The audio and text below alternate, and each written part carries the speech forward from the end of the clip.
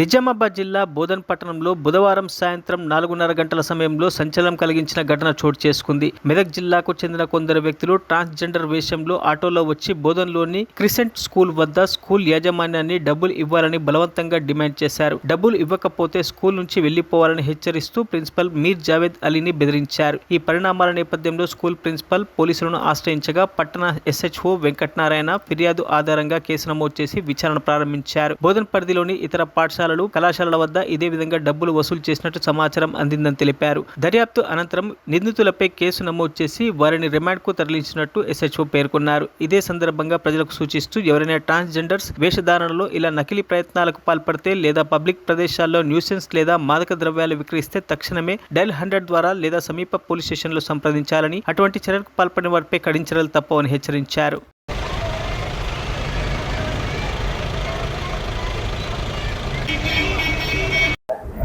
నిన్న 18/6/2025 కొంతమంది వ్యక్తులు ఆడ వేషం ధరించి కొన్ని స్కూళ్ళకు వెళ్ళి వాళ్ళని అమౌంట్ ఇవ్వమని చెప్పి డిమాండ్ చేయడం జరిగింది. అందులో భాగంగా వారు క్రిసెంట్ స్కూల్కి వెళ్ళిన సమయంలో వారు మాకు కంప్లైంట్ ఇవ్వగా ఇమ్మీడియట్ మా యొక్క పెట్రోలింగ్ పార్టీ అక్కడికి రీచ్ అయ్యి వాళ్ళని పోలీసులకు తీసుకురావడం జరిగింది.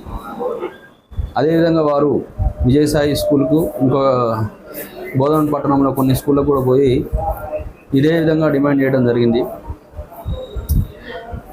అప్పుడు మేము వారిపై క్రిసెంట్ స్కూల్ వారి ద్వారా కంప్లైంట్ తీసుకొని వారిపై కేసు రిజిస్టర్ చేయడం జరిగింది. మొత్తం ఒక 6 మెంబర్స్ ఒక ఆటోలో వాళ్ళు మెదక్ నుంచి ఇక్కడికి రావడం జరిగింది. వారితో కంప్లైంట్ తీసుకొని మేము క్రిసెంట్ స్కూల్ వారితో వారి మీద ఎక్స్ట్రాక్షన్ మీద కేసు రిజిస్టర్ చేయడం జరిగింది. ఎవరైనా కానీ ఎక్కడికైనా ఫంక్షన్ హాల్స్ దగ్గర కానీ ఇట్లాంటి స్కూల్స్ కాలేజెస్ దగ్గరికి ఎవరైనా కానీ ఇట్లాంటి అమౌంట్ అడిగి డిమాండ్ చేసినట్లయితే వాటిపై చట్టపరమైన చర్యలు తీసుకోవడం జరుగుతుంది.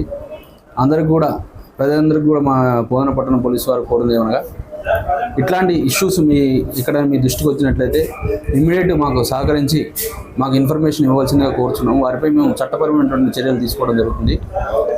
అదేవిధంగా పబ్లిక్ ఈ ఏరియాలో మేము కొన్ని ఏరియాలలో drugs awareness programmes, traffic awareness programmes conduct చేస్తున్నాము. వాటి మీద కూడా మీరు ఎక్కడైనా కానీ డ్రగ్స్కు సంబంధించి ఎక్కడైనా ఇన్ఫర్మేషన్ ఉన్నట్టయితే మాకు పోలీసు వారికి డయల్ 100 ద్వారా కానీ లేకపోతే పోలీస్ స్టేషన్ నెంబర్ ద్వారా కానీ తెలియజేయాలని చెప్పేసి కోరుతున్నాము. మరిన్ని అప్డేట్స్ కోసం మా ఛానల్ని సబ్స్క్రైబ్ చేయండి.